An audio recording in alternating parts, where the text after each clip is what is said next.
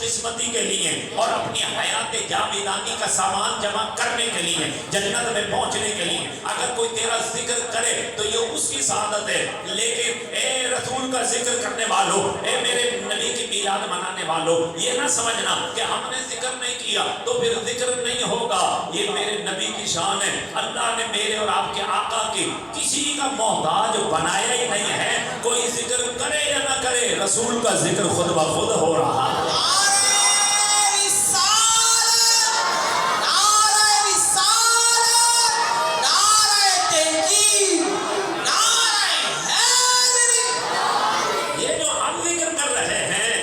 جو ہم ذکر کر رہے ہیں اس پر اللہ کا شکر ادا کرو۔ کیوں؟ توجہ ہے آپ کی؟ اس پر اللہ کا شکر ادا کرو۔ منع کرنے والوں کو زیادہ میں مخاطب کرتا ہوں، اشارتاً کنایتاً، آپ بھی سمجھ جائیں۔ آپ ذکر کریں، اس لیے کریں کہ یہ رب کی سنت ہے، اس لیے کریں کہ کوئی یہودی ہمارے نبی کی میلاد نہیں منائے گا، کوئی عیسائی ہمارے نبی کا ذکر نہیں کرے گا، کوئی مجوسی، کوئی ہندو ہمارے نبی کی میلاد نہیں منائے گا۔ اگر رسول کی آمد کی خوشی منائے گا تو مومن ہی منائے گا، کلمہ پڑھنے والا ہی منائے گا۔ اب اگر کوئی کہتا ہم نہیں مناتے، بھائی اس کی مرضی، نہ منائے۔ ہم نے تو بتا دیا کہ کوئی ہندو، یہودی، عیسائی، کوئی غیر مسلم رسول اللہ کی آمد کی خوشی نہیں منائے گا، مومن ہی منائے گا، جس پر میرے رب نے احسان فرمایا۔ اللہ تبارک و تعالیٰ نے مومنوں کو، یعنی ہم اہل سنت و جماعت کو یہ توفیق عطا فرمائی ہے کہ ہم رسول کا ذکر کر رہے ہیں۔ رسول کا ذکر ہمارے ذکر کرنے کا محتاج نہیں کہ جب ہم ذکر کریں گے تو رسول کا ذکر ہوگا، لیکن نہیں، یہ میرے رب کی نوازشات میں سے ایک نوازش ہے کہ میرے رب جو میرا کائنات کا رب ہے وہ اپنے رسول کا ذکر کرنے کے لیے کافی ہے، مگر میں اس کا کس طرح شکریہ ادا کروں کہ اس نے اپنی سنت میں ہم اہل سنت کو شامل فرما لیا۔ یہ سنت ہے اللہ کی۔ وَرَفَعْنَا لَكَ ذِكْرَكَ، پیارے تیرا ذکر ہم نے بلند کر دیا۔ تیرا ذکر ہم نے بلند کر دیا۔ کیسے بلند ہوا؟ حضرت جبریل علیہ السلام رسول اللہ کے بارگاہ میں آتے ہیں، یا رسول اللہ، ذرا توجہ ہے، یا رسول اللہ، یہ جو آیت ہے آپ اس کا مطلب سمجھ دیں۔ یہ کون کہہ رہے ہیں؟ حضرت جبرائیل علیہ السلام۔ میں کیا عرض کروں اللہ کی قسم، جن چیزوں کا مطلب خود جبریل جو لانے والے ہیں نا قرآن، وہ نہیں سمجھتے، میرے رسول اس کو بھی سمجھتے۔ جب جبریل علیہ السلام یہ آیت لائے، کاف ہا یا عین صاد، نہ کوئی سمجھ سکا ہے نہ کوئی سمجھ سکے گا۔ جبریل علیہ السلام نے کہا یا رسول اللہ آپ نے سمجھ لیا؟ جب انہوں نے کہا کاف، رسول اللہ نے کہا میں نے سمجھ لیا۔ ہاں، آپ نے فرمایا میں نے سمجھ لیا۔ یا سمجھ لیا۔ عین میں نے سمجھ لیا۔ اب جب سارے حروف پر کہا میں نے سمجھ لیا، جبریل علیہ السلام عرض کرنے لگے یا رسول اللہ میں تو نہیں سمجھا، میں تو نہیں سمجھا۔ تو اب آپ اندازہ لگائیں، بعد وہ قرآن کے ورڈز ہیں کہ جو لانے والا یعنی جبریل نہیں سمجھتا، جس پہ لایا جا رہا ہے، جس پر اتارا جا رہا ہے، وہ میرا محبوب سمجھتا ہے۔ مطلب یہ کوڈ ورڈ ہے، یہ راز و نیاز کی باتیں اللہ اور اس کے رسول کے درمیان، یہ راز و نیاز کی باتیں۔ میں عرض یہ کر رہا تھا کہ جبریل علیہ السلام نہیں سمجھ سکے، رسول اللہ صلی اللہ علیہ وسلم سمجھ گئے۔ اب جبریل پوچھ رہے ہیں یا رسول اللہ کیا آپ اس آیت کا مطلب سمجھتے ہیں؟ بعد بے وقوفوں نے جبریل علیہ السلام کو میرے نبی کا استاد کہہ دیا۔ کئی جگہ مفسرین کو پڑھیے، مخالف مکتبہ فکر کے مختلف مکاتب فکر کے علماء نے جو تشریح کی، وہاں کہا جبرائیل جو ہے وہ رسول اللہ کا استاد ہے۔ تو پھر آپ سوچئے معلم کائنات رسول اللہ نہیں رہے نا، اگر جبریل میرے نبی کا استاد بن جائے تو پھر آپ معلم کائنات تو نہیں ہوئے۔ بولو بولو، معلم کائنات آپ کس کو کہتے ہیں؟ جبریل کو کہتے ہیں یا رسول اللہ کو کہتے ہیں؟ رسول اللہ معلم کائنات ہے. جب آپ معلم کائنات ہیں تو اس کائنات میں اس عالمین میں جبرائیل بھی شامل ہے. جبرائیل بھی شامل ہے. جب اللہ تعالیٰ فرماتا وما ارسلناک الا رحمتا للعالمین تو اس عالمین میں جبریل بھی شامل ہے. تو جب معلم کائنات بنایا تو کائنات میں جبریل شامل ہے. جبریل استاد نہیں، جبریل شاگرد ہے. میرے نبی جبریل کے بھی استاد ہیں. کہتے ہیں وہی تو وہی لاتے تھے نا، وہی تو وہی لاتے تھے. میں نے کہا وہ جو اللہ سے سبق پڑھ کر آتے تھے نا وہ میرے نبی کو سنانے کے لیے آتے تھے. وہ رسول اللہ کو سناتے تھے. حضرات محترم توجہ فرمائیں. جبرائیل علیہ السلام نے عرض کی یا رسول اللہ آپ اس آیت کا مطلب سمجھتے ہیں؟ بڑی قابل غور بات ہے. نبی نے فرمایا ہاں سمجھتا. نبی نے فرمایا میرا رب خوب جانتا ہے، میرا رب خوب جانتا ہے. دوستان محترم جب ایک آیت آئی تو پھر رسول اللہ کو پوچھنا چاہیے تھا جبریل بتا نا، جبریل بتا کیا مطلب ہے. آپ صلی اللہ علیہ وسلم نے یہ کہہ کر بتا دیا. اور جبریل مجھے تیری تشریح کی ضرورت نہیں، جو نازل کرنے والا رب ہے نا وہ مجھے خود ہی بتا دے گا. اب سنو آگے کی حدیث. حضرت جبریل علیہ السلام خاموش نہیں رہے، اپنی نیاز مندی کا ثبوت دیتے ہوئے عرض کرتے یا رسول اللہ اس آیت کا مطلب یہ ہے کہ جہاں اللہ کا ذکر ہوگا وہاں آپ کا بھی ذکر ہوگا. سبحان اللہ. آئیے ماجد بھائی ذرا. جہاں آپ کا ذکر، جہاں اللہ کا ذکر ہوگا وہاں آپ کا بھی ذکر ہوگا. یہ ہے ورفعنا لک ذکرک. اور اگر اس کا عملی مظاہرہ دیکھنا چاہتے ہو تو مجھے کوئی سی ایسی عبادت بتا دو کہ جہاں اللہ کا ذکر ہو اور نبی کا ذکر نہ ہو. کلمے سے لے کر نماز جنازہ تک، قبر میں پہنچنے تک، حشر میں جنت میں جانے تک، جہاں جہاں اللہ کا ذکر ہو رہا ہے وہاں وہاں میرے اور آپ کے آقا کا ذکر ہو رہا ہے. چاہے وہ کلمہ ہو لا الہ الا اللہ محمد الرسول اللہ. کیا مطلب بچے کو پتا ہے اللہ کے سوا کوئی معبود نہیں اور محمد صلی اللہ علیہ وسلم اللہ کے رسول. اب یہ تو دوسرا موضوع ہے کہ رسول ہیں، وہ تھے کوئی اور ہیں جو کہتے ہیں. جو رسول اللہ کو حاضر نہیں مانتے، زندہ نہیں مانتے، تو میں تو اکثر کہتا ہوں کہ اپنا کلمہ بدل لینا چاہیے کیونکہ ہم تو زندہ نبی کا کلمہ پڑھنے والے ہیں. رسول ہیں اور تھے نہیں ہیں. دوستان محترم توجہ فرمائیں. جہاں جہاں اللہ کا ذکر ہے وہاں وہاں رسول کا ذکر ہے.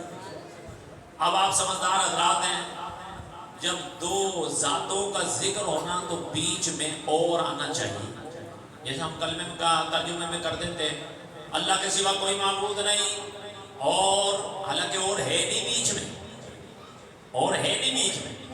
جس طرح اردو میں دو جملوں کو یا دو ذاتوں کو، دو اشخاص کو علیحدہ کرنے کے لیے لفظ آتا ہے اور، انگلش میں آتا ہے اینڈ، اور عربی میں آتا ہے واو. عربی میں واو، عطف کا واو. تو میرے محترم اگر واو عطف کا آ جاتا تو پھر تو ہم سمجھتے کہ بے شک یہاں اور ترجمہ ہونا چاہیے اور قانون کے تحت اور یہاں آنا چاہیے تھا، واو یہاں آنا چاہیے تھا. مگر میرے رب کی محبت تو دیکھو، اپنے نبی سے واو آنا چاہیے تھا پھر بھی واو کو پسند نہیں فرمایا، بس لا الہ الا اللہ محمد رسول اللہ. حالانکہ دو ذاتوں کا ذکر ہے، اللہ کا لفظ جہاں مکمل ہو رہا ہے وہاں سے محمد کا لفظ شروع ہو رہا ہے. لا الہ الا اللہ الا اللہ. اب یہاں سے محمد کا لفظ لا واو آنا چاہیے تھا لیکن اللہ نے واو بھی تو پسند نہیں فرمایا. اللہ اکبر. پھر کس طرح جدائی کرو گے؟ پھر کس طرح جدائی کرو گے؟ یہاں تو کرنے میں بھی جدائی نہیں ہے. ذکر حق جو ان سے جدا چاہو نجدی ہو، یہ ذکر حق نہیں واللہ کنجی سقر کی ہے. سقر کہتے ہیں جہنم کو. ہاں جو رسول اللہ کا ذکر اللہ کے ذکر سے جدا کرنا چاہے تو یہ ذکر حق نہیں، یہ کنجی سقر کی ہے. کیونکہ ہم تو جب اسلامی عبادات پر نظر دوڑاتے ہیں نا تو ہر عبادت میں رسول اللہ کا ذکر ہے. کلمے میں ذکر رسول کا، اور درود نماز میں ذکر رسول اللہ کا، اذان میں ذکر رسول اللہ کا. جہاں جہاں مؤذن اللہ کی وحدانیت کا اعلان کر رہا ہے وہاں وہاں میرے رسول کی رسالت کا اعلان کر رہا ہے.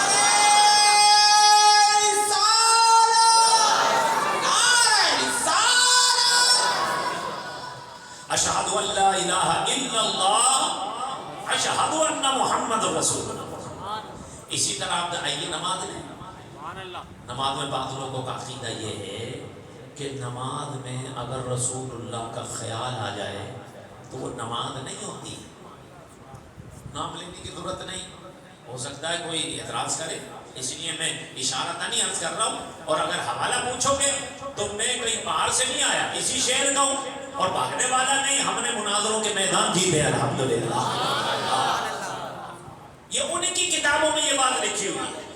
اور اگر میں وہ عبارت اگر آپ کی اجازت ہو تو وہ اگر میں پیش کر دوں تو آپ کانوں کو ہاتھ لگائیں گے کہ یہ مومن کا کام ہے. انہوں نے لکھا کہ نماز میں گدھے اور بیل کا خیال آنا اچھا، رسول اللہ کا خیال آنا برا. ہاں کہاں لکھا ہے؟ کتاب کا نام ہے صراط مستقیم، صفحہ نمبر 161.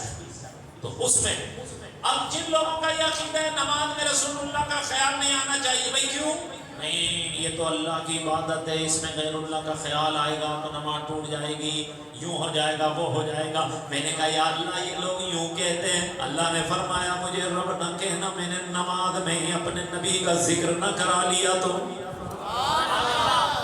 یا اللہ یہ تو کہتے نماز نہیں ہوتی، میں نے یہ تو کہتے نماز نہیں ہوتی. تو وہ تو بولو کہ اسی سزا ہے کہ ایک بندہ محنت بھی کرے، مزدوری بھی کرے اور پھر اسے اجرت نہ ملے.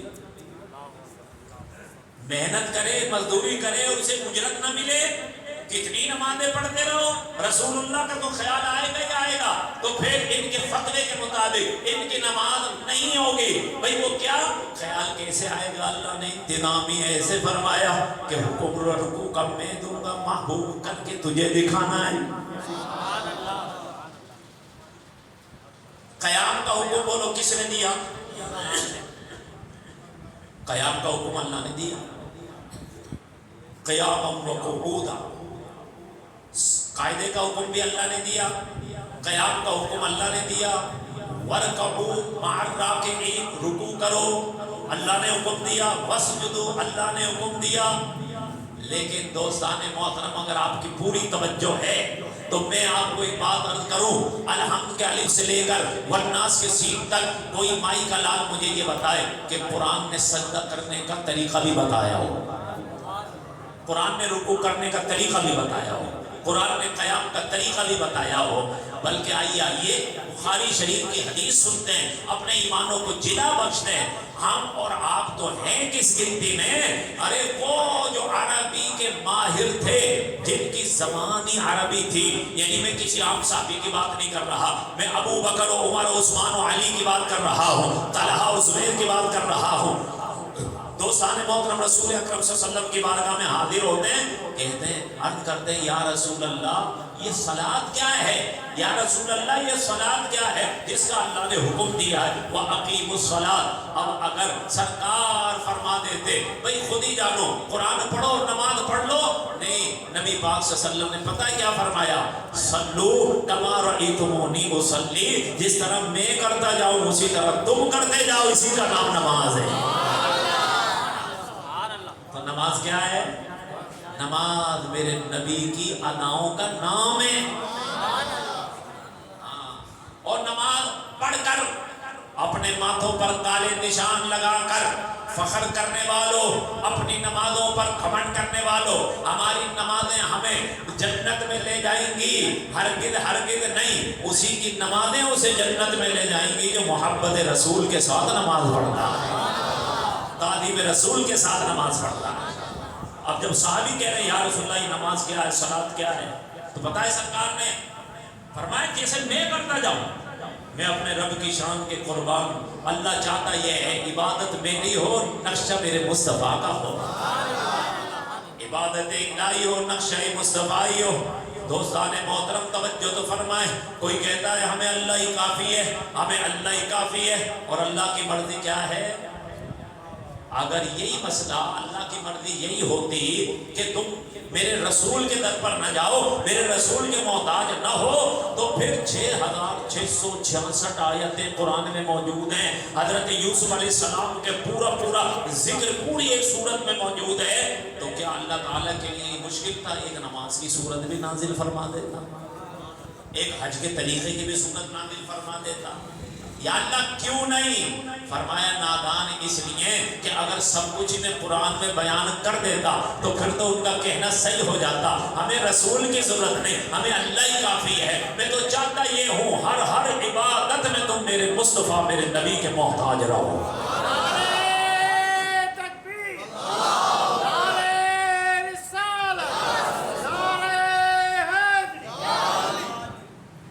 ایمان لانے میں رسول کے محتاج. جب تک رسول کو نہیں مانو گے بولو اللہ ماننا قبول کرے گا نہیں. تو ایمان لانے میں رسول اللہ کے محتاج. اگر ڈائریکٹلی اللہ کو مانتے ہوتے نا لوگ تو پھر ننگے ہو کر ہی طواف کرتے ہوتے جس طرح کر رہے تھے. رسول اکرم صلی اللہ علیہ وسلم کی آمد سے پہلے اللہ کے گھر کی توہینیں ہو رہی تھی, ننگے ہو کر طواف کر رہے تھے, سیٹیاں بجا کر طواف کر رہے تھے, بتوں کے آگے سر جھکا رہے تھے, بتوں سے مرادیں مانگ رہے تھے. تو اگر اللہ تبارک و تعالیٰ کو ڈائریکٹلی کوئی مان لیتا تو پھر یہ کام نہ کر رہے ہوتے. پتہ چلا اللہ کو ماننے میں بھی, ایمان لانے میں بھی رسول اللہ کے محتاج, کلمہ میں بھی رسول اللہ کے محتاج, نماز پڑھنے میں بھی رسول اللہ کے محتاج, حج کرنے میں بھی رسول اللہ کے محتاج. اس لیے کہ سرکار نے فرمایا مجھ سے حج سیکھ لو.